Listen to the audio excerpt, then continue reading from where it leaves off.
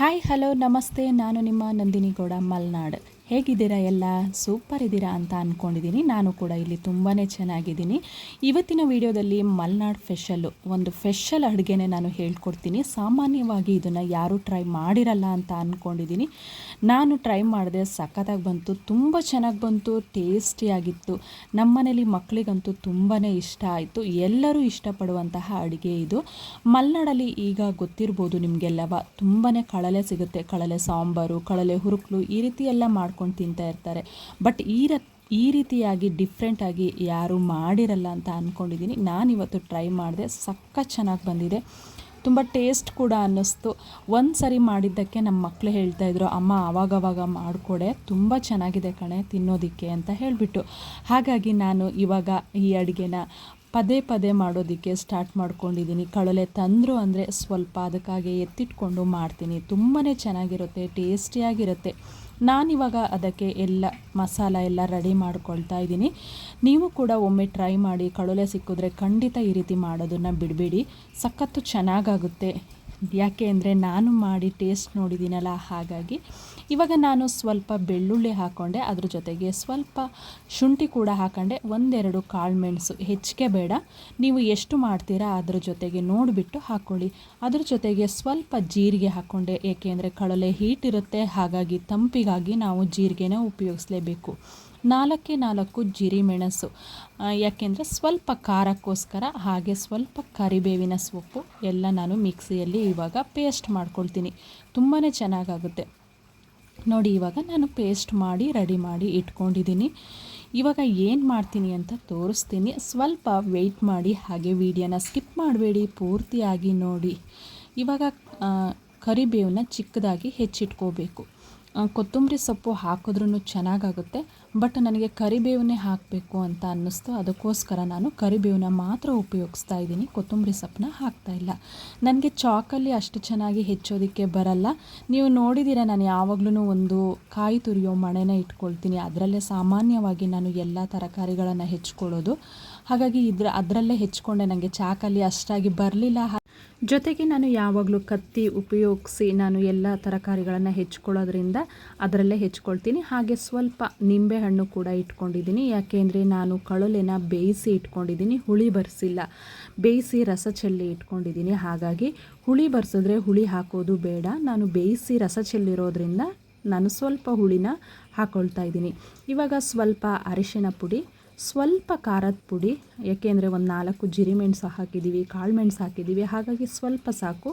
ಸ್ವಲ್ಪ ಕೊತ್ತಂಬರಿ ಪುಡಿ, ಇಷ್ಟನ್ನು ಹಾಕ್ಕೊಂಡು ಆಮೇಲೆ ರುಚಿಗೆ ತಕ್ಕಷ್ಟು ಉಪ್ಪು ಕೂಡ ಹಾಕ್ಕೋಬೇಕು. ನೀವು ಎಷ್ಟು ಮಾಡ್ಕೊಳ್ತೀರಾ ಅದ್ರ ಮೇಲೆ ಡಿಪೆಂಡ್ ಆಗುತ್ತೆ. ಉಪ್ಪು, ಖಾರ ಪುಡಿ ಪ್ರತಿಯೊಂದು ಹಾಕೋದು ನೀವು ಎಷ್ಟೆಷ್ಟು ಬೇಕು ನೋಡಿ ಹಾಕ್ಕೊಳ್ಳಿ, ನಿಮ್ಮ ಟೇಸ್ಟಿಗೆ ತಕ್ಕಂತೆ.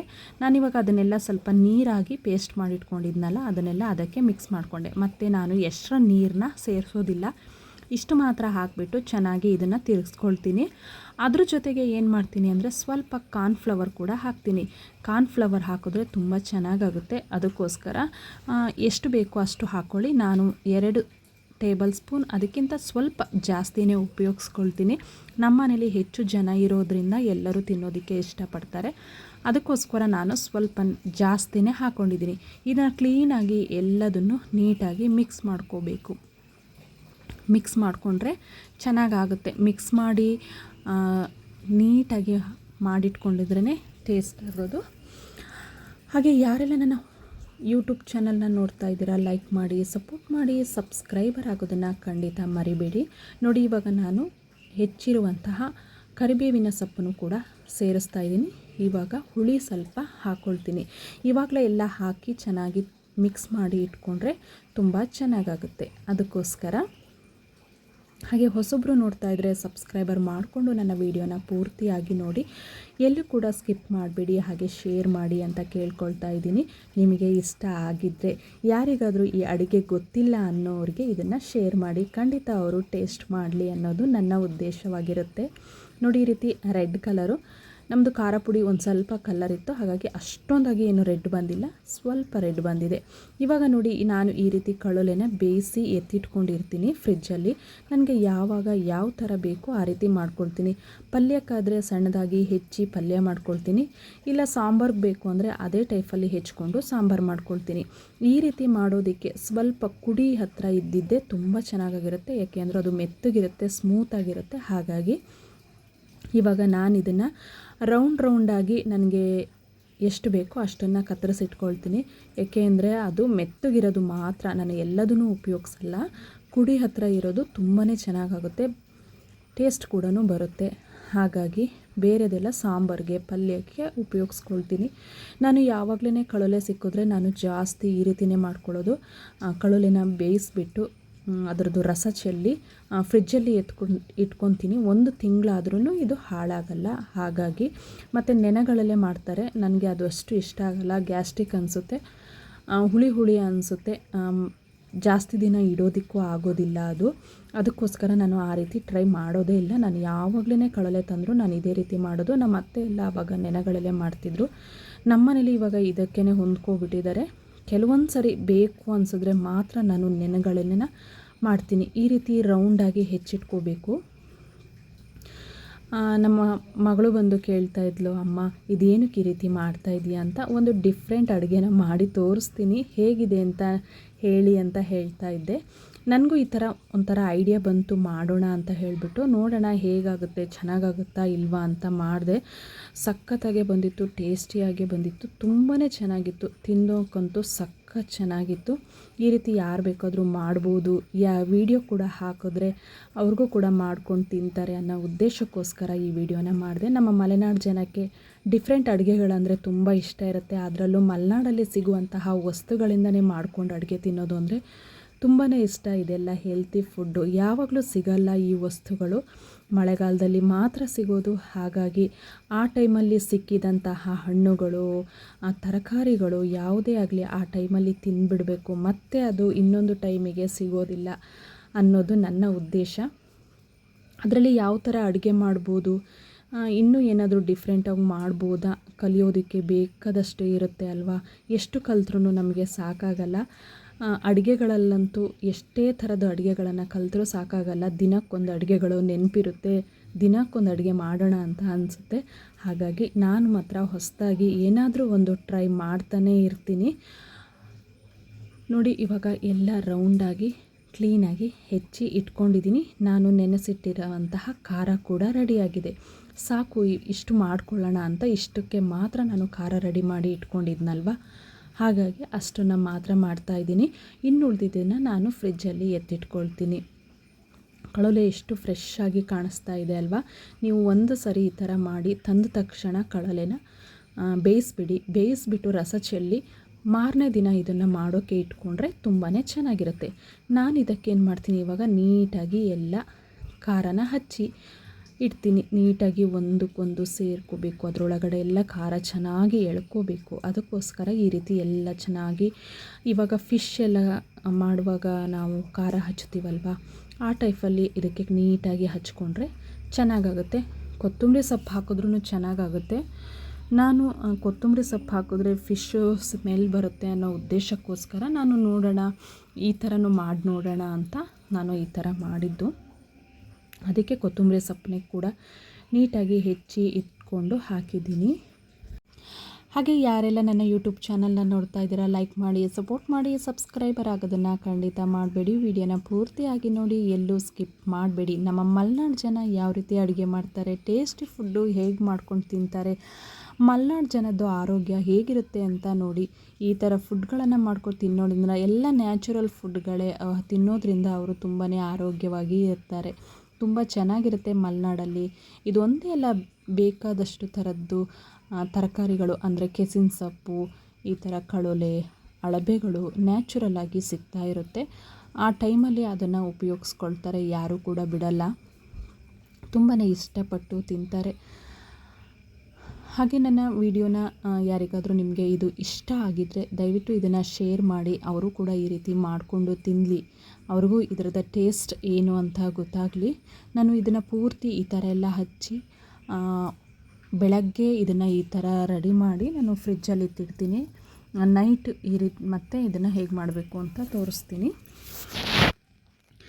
ಬೆಳಗ್ಗೆನೇ ಹಚ್ಚಿಟ್ರೆ ಫುಲ್ಲು ಖಾರ ಎಲ್ಲ ಎಳ್ಕೊಂಡಿರುತ್ತೆ, ಹಾಗಾಗಿ ಚೆನ್ನಾಗಾಗುತ್ತೆ ಅಂತ ನನ್ನ ಐಡಿಯಾನೇ ಇದು. ನನಗೆ ಯಾರೇನು ಹೇಳ್ಕೊಟ್ಟಿದ್ದಲ್ಲ, ಯಾರೂ ಸಹ ಇದನ್ನು ಕಲಿಸ್ಕೊಟ್ಟಿದ್ದಲ್ಲ. ಇದು ನನ್ನ ಐಡಿಯಾದ ಪ್ರಕಾರ ನಾನೇ ಮಾಡಿದ್ದು. ಎಲ್ಲೂ ಕೂಡ ನಾನು ನೋಡೂ ಇರಲಿಲ್ಲ, ನಾನಾಗೆ ಟ್ರೈ ಮಾಡಿದೆ. ಹಾಗಾಗಿ ತುಂಬಾ ಚೆನ್ನಾಗಾಯಿತು. ಇದು ಖಾರ ಎಲ್ಲ ಎಳ್ಕೊಂಡಾಗ ಅಂತೂ ಸಖತ್ ಚೆನ್ನಾಗಾಗುತ್ತೆ ತಿನ್ನೋದಕ್ಕೆ. ಹಾಗೆ ನನ್ನ ಎಲ್ಲ ವೀಡಿಯೋಗಳನ್ನು ನೋಡಿ ನನಗೆ ಸಪೋರ್ಟ್ ಮಾಡ್ತಿದ್ದೀರಾ, ಎಲ್ಲರಿಗೂ ಥ್ಯಾಂಕ್ ಯು ವೆರಿ ಮಚ್. ಹಾಗೆ ಈ ವಿಡಿಯೋಗಳನ್ನು ನೋಡಿ ನನಗೆ ಸಪೋರ್ಟ್ ಮಾಡಿ ಅಂತ ಕೇಳ್ಕೊಳ್ತಾ ಇದ್ದೀನಿ. ಹಾಗೆ ಎಲ್ಲದನ್ನು ರೆಡಿ ಮಾಡಿ ನಾನು ನೋಡಿ ನೀಟಾಗಿ ಹಚ್ಕೊಂಡಿದ್ದೀನಿ. ಹಾಗೆ ಪಾತ್ರೆಯಲ್ಲೂ ಕೂಡ ಸ್ವಲ್ಪನೂ ಬಿಡಲಿಲ್ಲ, ಆ ರೀತಿ ಕ್ಲೀನಾಗಿ ಎಲ್ಲ ಹಚ್ಚಿಬಿಟ್ಟೆ, ಖಾಲಿ ಮಾಡಿಬಿಟ್ಟೆ. ಇದನ್ನು ನಾನಿವಾಗ ಫ್ರಿಜ್ಜಲ್ಲಿ ಇಡ್ತೀನಿ, ಮತ್ತು ಸಂಜೆ ಹೇಗೆ ಮಾಡ್ತೀನಿ ಅಂತ ತೋರಿಸ್ತೀನಿ. ವಿಡಿಯೋನ ಮುಂದಕ್ಕೆ ನೋಡ್ತಾ ಹೋಗಿ, ಪೂರ್ತಿ ವಿಡಿಯೋ ನೋಡಿ, ಎಲ್ಲೂ ಕೂಡ ಸ್ಕಿಪ್ ಮಾಡಬೇಡಿ. ಸ್ವಲ್ಪ ನಿಧಾನವಾಗಿ ಹೇಳ್ಕೊಡ್ತಾ ಇದ್ದೀನಿ, ಏಕೆಂದರೆ ನಾನೇ ವಿಡಿಯೋ ಮಾಡ್ಕೊಳ್ಳೋದು. ಹಾಗಾಗಿ ಆ ಕಡೆ ಈ ಕಡೆ ಸ್ವಲ್ಪ ನನಗೂ ತಿರುಗಾಟ ಇರುತ್ತೆ ಅಲ್ವಾ, ಕೈ ವಾಶ್ ಮಾಡ್ಕೊಳ್ಳೋದು ಹಾಗೆಲ್ಲವ. ಹಾಗಾಗಿ ಇವಾಗ ನೋಡಿ ಇದು ರೆಡಿ ಆಗಿದೆ.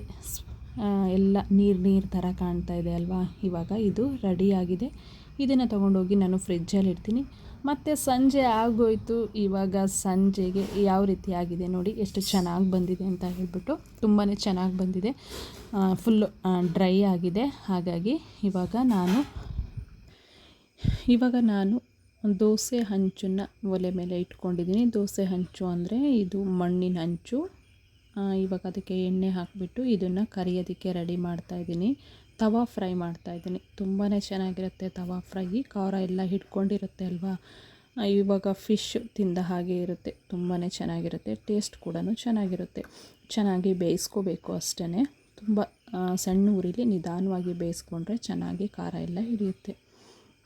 ಈ ರೀತಿ ಮಾಡ್ಕೊಂಡು ತಿಂದರೆ ತುಂಬಾ ಚೆನ್ನಾಗಿರುತ್ತೆ. ಮಕ್ಕಳಿಗಂತೂ ಡಿಫ್ರೆಂಟಾಗಿ ಅಡುಗೆ ಮಾಡಿಕೊಟ್ರೆ ತುಂಬಾ ಇಷ್ಟ ಅಲ್ವಾ. ಹಾಗಾಗಿ ನಾನು ಈ ರೀತಿ ಕೂಡ ಟ್ರೈ ಮಾಡಿದೆ. ನನ್ನ ವಿಡಿಯೋನ ಪೂರ್ತಿಯಾಗಿ ನೋಡ್ತಾ ಇದ್ದೀರಾ, ಎಲ್ಲರಿಗೂ ಥ್ಯಾಂಕ್ ಯು ಹೇಳ್ತಾ ಇದ್ದೀನಿ. ನಾನಿವಾಗ ಇದನ್ನು ಈ ರೀತಿಯಾಗಿ ರೆಡಿ ಮಾಡಿಕೊಂಡು ಊಟಕ್ಕೆಲ್ಲ ರೆಡಿ ಮಾಡ್ತಾಯಿದ್ದೀನಿ. ಅದ್ರ ಜೊತೆಗೆ ಇದನ್ನು ಕೂಡ ಬೇಯಕ್ಕೆ ಇಟ್ಕೊಂಡಿದ್ದೀನಿ. ಬಿಸಿ ಬಿಸಿ ಇದ್ರೇ ತುಂಬ ಚೆಂದ. ಎಣ್ಣೆಯಲ್ಲಿ ಕ್ಲೀನಾಗಿ ಈ ಥರ ಫ್ರೈ ಆಗಬೇಕು. ಇವಾಗ ಮೀನನ್ನು ನಾವು ಇದೇ ರೀತಿ ಮಾಡ್ತೀವಿ. ಮೀನು ತಿನ್ನಲ್ಲ ಅನ್ನೋರು ನೋಡಿ, ಈ ರೀತಿ ಕಳಲೆ ಸಿಕ್ಕಿದ್ರೆ ಖಂಡಿತ ಈ ಥರ ಟ್ರೈ ಮಾಡಿ, ತುಂಬಾ ಚೆನ್ನಾಗಿರುತ್ತೆ. ನಮ್ಮ ಮಲೆನಾಡು ಜನ ಬಿಡಿಯಪ್ಪ, ಯಾವುದು ಸಿಕ್ಕಿದ್ರೂ ತಿಂತಾರೆ, ಯಾವುದು ಬಿಡೋದೇ ಇಲ್ಲ ಅವರು. ಹಾಗಾಗಿ ಈ ಥರ ಹೊಸ ಹೊಸ ಅಡುಗೆಗಳನ್ನು ಕೂಡ ಟ್ರೈ ಮಾಡ್ತಾ ಇರ್ತಾರೆ. ಹಾಗಾಗಿ ನೋಡಿ, ಇದು ನೀಟಾಗಿ ಬೇಯಬೇಕು, ತುಂಬ ಚೆನ್ನಾಗಾಗುತ್ತೆ. ನಿಧಾನವಾಗಿ ಬೇಯಿಸ್ಕೋಬೇಕು, ಇಲ್ಲಾಂದರೆ ಅಷ್ಟು ಚೆನ್ನಾಗಾಗಲ್ಲ. ಮಗ್ಚಿ ಹಾಕ್ಕೊಳ್ತಾ ಬೇಯಿಸ್ಕೋಬೇಕು. ಇದು ಸ್ವಲ್ಪ ತಳ ಹಿಡಿಯುತ್ತೆ ಅಂತ ಹೀಗೆ ಸ್ವಲ್ಪ ಹೊತ್ತು ಬಿಟ್ಬಿಟ್ಟು ಆಮೇಲೆ ಮಗ್ಚಿ ಹಾಕ್ತೀನಿ. ನೋಡಿ, ಈ ಥರ ಮಗ್ಚಿ ಹಾಕ್ಕೋಬೇಕು. ಹೀಗೆ ಮಗ್ಚಿ ಹಾಕ್ಕೊಂಡು ಕ್ಲೀನಾಗಿ ನೀಟಾಗಿ ಬೇಯಿಸ್ಕೊಳ್ತಾ ಹೋಗಬೇಕು. ಖಾರ ಎಲ್ಲ ತುಂಬ ಚೆನ್ನಾಗಿ ಹಿಡಿದಿರುತ್ತೆ. ಹಾಗಾಗಿ ಕೆಲವಕ್ಕೆ ನೋಡಿ ಈ ರೀತಿ ಇರಬೇಕು. ಈ ರೀತಿ ಇದ್ದರೆ ಅಂತೂ ಸಕ್ಕ ಚೆಂದ, ತುಂಬ ಟೇಸ್ಟು, ತಿನ್ನೋದಕ್ಕೆ ಅಂತೂ ಸಕ್ಕ ಚೆಂದ. ನೀವು ಒಮ್ಮೆ ಈ ರೀತಿ ಟ್ರೈ ಮಾಡಿ. ತುಂಬ ಈಸಿ ರೆಸಿಪಿ ಇದು, ಏನೂ ಕಷ್ಟ ಇಲ್ಲ. ಮನೇಲಿರುವ ಸಾಮಗ್ರಿಗಳನ್ನೇ ಹಾಕಿಬಿಟ್ಟು ಮಾಡ್ಕೊಳ್ಳೋದು. ನಾನು ಹೇಳಿರೋದು ಎಲ್ಲರ ಮನೇಲೂ ಇರುತ್ತೆ. ಒಮ್ಮೆ ಟ್ರೈ ಮಾಡಿ ಅಂತ ಹೇಳ್ತಾ ಇವತ್ತಿನ ವೀಡಿಯೋನ ಮುಗಿಸ್ತಾ ಇದ್ದೀನಿ. ಬಾಯ್.